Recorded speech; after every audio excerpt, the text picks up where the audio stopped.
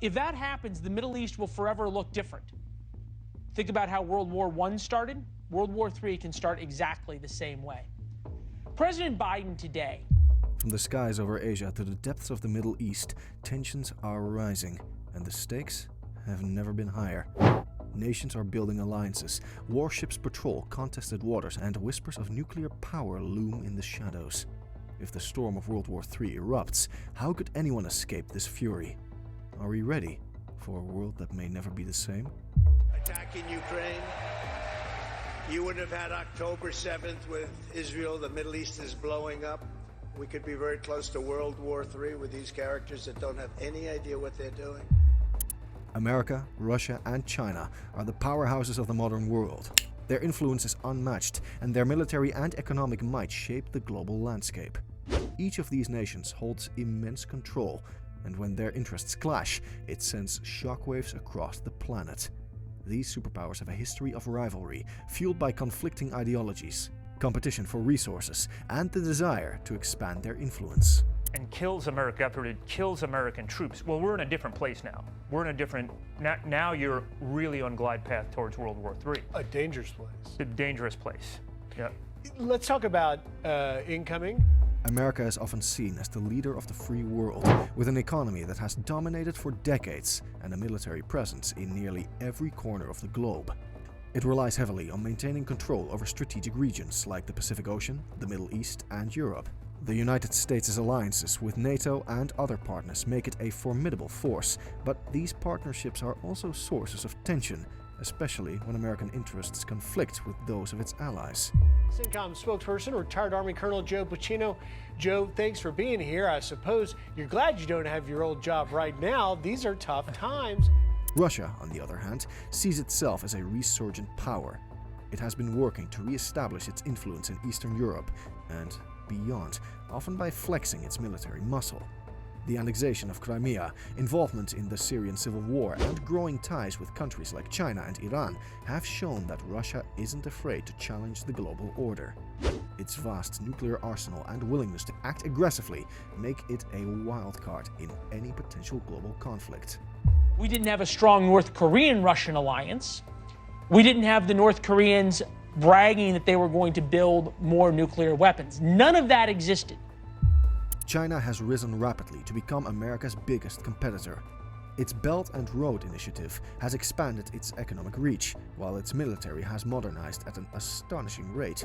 The South China Sea, a crucial trade route, has become a flashpoint as China builds artificial islands and claims vast swaths of territory. Its growing partnership with Russia and strategic alliances in Africa and Asia makes it a key player in shaping the global balance of power. Say that Putin makes good on his threat to fire into the U.S. base in Poland without a nuclear warhead. The interests of these nations clash in several regions. The Pacific is a major area of contention, with China asserting dominance while the U.S. works to maintain its influence. Europe is another hotspot, as Russia seeks to weaken NATO and expand its control over former Soviet territories. Meanwhile, the Middle East remains a battleground for influence, with America and Russia supporting opposing sides in conflicts like the Syrian war, and China seeking access to the region's vital energy resources. We didn't have Chinese ships ramming our allies on the high seas. All of that has happened over the past 3.5 to 4 years. War has always been destructive, but modern technology has taken it to a level that defies comprehension. During World War II, the world witnessed the horrors of nuclear bombs for the first time. Those weapons, devastating as they were, pale in comparison to the destructive power of today's arsenals. The advancements in military technology have created a world where conflict isn't just about soldiers on the battlefield, but about systems and weapons that can destroy entire nations in moments. The Russian-Ukraine issue likely to be a key focus at the G20 annual summit happening right now. We just got this on tape, Mr. Joe Biden's remarks during the first session. Let's listen in. Nuclear weapons are the most terrifying aspect of modern warfare. The bombs dropped on Hiroshima and Nagasaki has a combined yield of around 36 kilotons. Today's nuclear warheads can exceed 50 megatons, thousands of times more powerful. Grim balance. where any use of nuclear weapons would guarantee the annihilation of both the attacker and the defender. But with tensions rising, the risk of miscalculation or desperation grows, and the potential for catastrophic destruction looms larger than ever. Cyber warfare is another frontier that has changed the nature of conflict. Unlike traditional weapons, cyber attacks target infrastructure, power grids, communication systems, and financial institutions. Imagine entire cities plunged into darkness, hospitals unable to operate, and economies brought to their knees, all without a single shot being fired. These attacks can be used as preemptive strikes, crippling a nation's ability to respond before the first missile is launched. It's a silent, invisible threat that can leave devastating consequences. Advanced weaponry has also revolutionized the battlefield. Drones, once used primarily for surveillance, are now capable of delivering precision strikes from thousands of miles away. Hypersonic missiles, which travel at speeds exceeding Mach 5, can evade traditional defense systems, leaving nations vulnerable to sudden attacks. AI-powered systems add another layer of complexity, as autonomous weapons can make decisions faster than humans, potentially leading to scenarios where machines dictate the course of war. These flashpoints, places where rivalries, resources, and strategic interests collide, are where the first battles of World War III could begin. The Pacific region is perhaps the most likely starting point for a global conflict. The South China Sea is a critical area where trade routes worth trillions of dollars pass every year. China claims nearly all of it as its territory, building artificial islands and establishing military bases to assert control. This has led to clashes with neighboring countries like Vietnam and the Philippines, as well as with the United States, which insists on keeping the sea lanes open.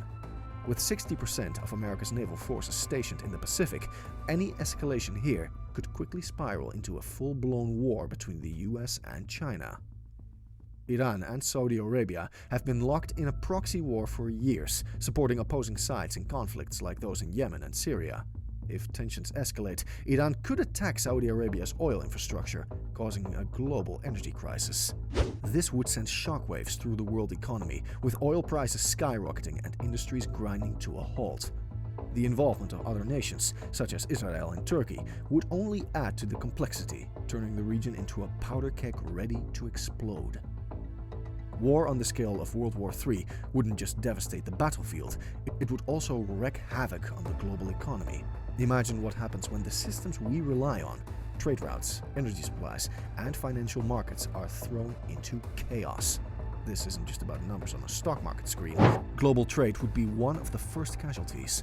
Today, our economies are so interconnected that even small disruptions can cause massive ripple effects. A major conflict would disrupt supply chains, halting the flow of essential goods like food, medicine, and technology. Key shipping routes, particularly in the Pacific and Middle East, could become war zones. Imagine factories shutting down because they can't get the raw materials they need, or shelves in stores sitting empty because there is no way to transport goods around the world. For companies and workers, it would mean a grinding halt to business as usual, with millions losing their jobs. Oil prices would skyrocket, and that alone could trigger a global depression. So much of our modern world depends on oil, not just for transportation but for heating, manufacturing, and countless other industries. If key oil-producing regions like the Middle East become embroiled in war, the supply would plummet while demand remains high. The human cost of World War III would go far beyond the soldiers on the front lines. Civilians would bear the brunt of the suffering, as war uproots lives, destroys communities, and leaves a trail of devastation that could take generations to recover from. The impact would be felt in every corner of the globe, transforming the way people live, work, and survive. One of the most immediate effects would be the displacement of millions. Entire cities could be reduced to rubble, forcing families to flee their homes with nothing but the clothes on their backs. Camps would spring up, but resources would be stretched thin, leading to overcrowding, disease, and misery. Families would be torn apart, with many never reuniting. Think about the millions of people who fled during World War II, and multiply that by several times. This is what the world would face. Environmental destruction would make the situation even worse. Modern warfare isn't just about bullets and bombs, it involves weapons that can scar the planet for decades. Nuclear fallout would contaminate land, water, and air, making large areas uninhabitable. Chemical weapons, if used, would poison ecosystems, killing wildlife and rendering farmland useless. Crops wouldn't grow. Clean water would be scarce. So, What are your thoughts on this? Let us know in the comments below.